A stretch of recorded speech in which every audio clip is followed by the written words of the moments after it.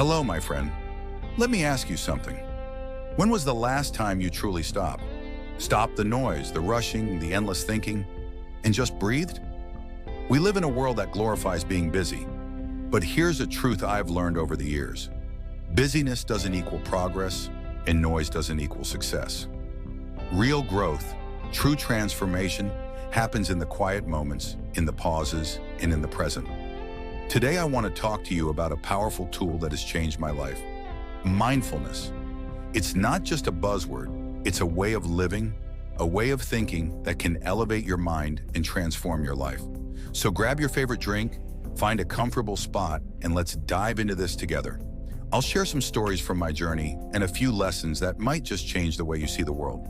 Part 1, the wake-up call. I wasn't always mindful. In fact, I was the opposite. For decades, I chased success relentlessly. Early in my career, I worked long hours, constantly thinking about the next deal, the next promotion, the next big thing. I wore my exhaustion like a badge of honor, thinking it showed my commitment. Then one day, life decided to give me a wake-up call. I was in the middle of a high-stakes meeting when my assistant walked in and whispered, "Your wife is on the phone. It's urgent." I brushed it off, telling her I'd call back later, but later never came. That evening, I learned my son had been rushed to the hospital after a bad fall during a soccer game. He was fine, thank God, but I wasn't. I couldn't shake the guilt of being so consumed by work that I'd ignored something so important. That moment changed everything for me. I realized I was living my life like a hamster on a wheel, running endlessly but going nowhere that truly mattered. Part 2, what is mindfulness? After that incident, I began searching for something that could help me slow down, something that could bring clarity to the chaos in my mind.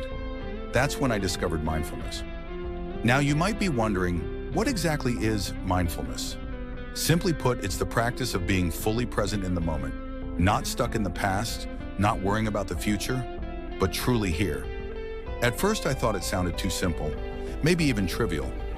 But as I started practicing it, I realized how powerful it could be. Mindfulness isn't about escaping your responsibilities. It's about meeting them with a clear mind and an open heart.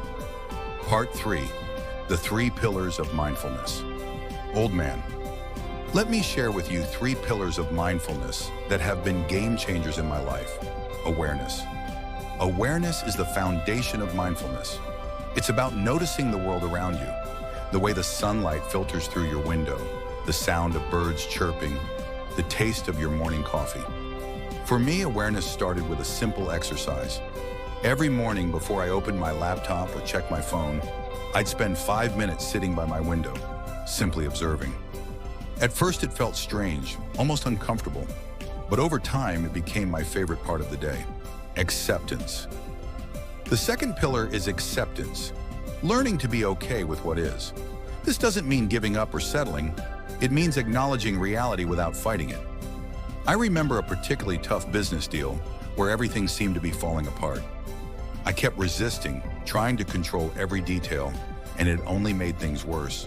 When I finally stopped, took a breath, and accepted the situation as it was, I found the clarity I needed to move forward. Action. Mindfulness isn't passive. It's about taking intentional action. When you're fully present, the actions you take are more thoughtful, more aligned with your values. For instance, I now make it a point to schedule time with my family, no matter how busy work gets. Those intentional actions have strengthened my relationships in ways I never thought possible. Part 4, busting myths about mindfulness. Now let's address some common myths about mindfulness. Some people think it's only for monks or spiritual gurus, that you need hours of free time or a perfect distraction-free environment. None of that is true. Mindfulness can happen anywhere, while you're brushing your teeth, taking a walk, or even sitting in traffic. It's not about perfection, it's about presence. One of my favorite practices is mindful breathing.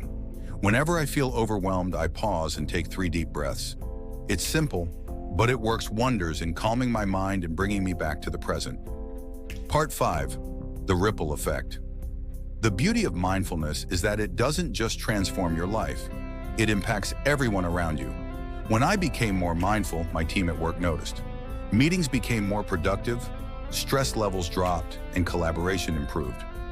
At home, my wife and kids felt the difference too. I was no longer distracted, glued to my phone, or rushing through conversations. Mindfulness creates a ripple effect. When you show up fully present, you inspire others to do the same. Part 6, How to Start Today. Here's the good news. You don't need to overhaul your life to start practicing mindfulness. Let me give you 3 simple ways to begin. Start your day with 5 minutes of quiet reflection. Practice gratitude by writing down 3 things you're thankful for each night.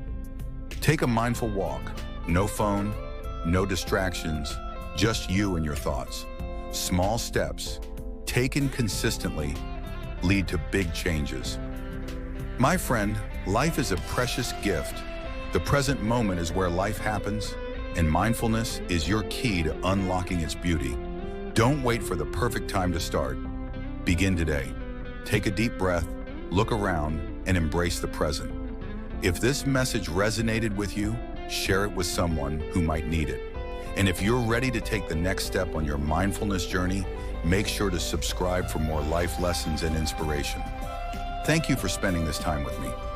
Remember, every moment is an opportunity to elevate your mind and transform your life.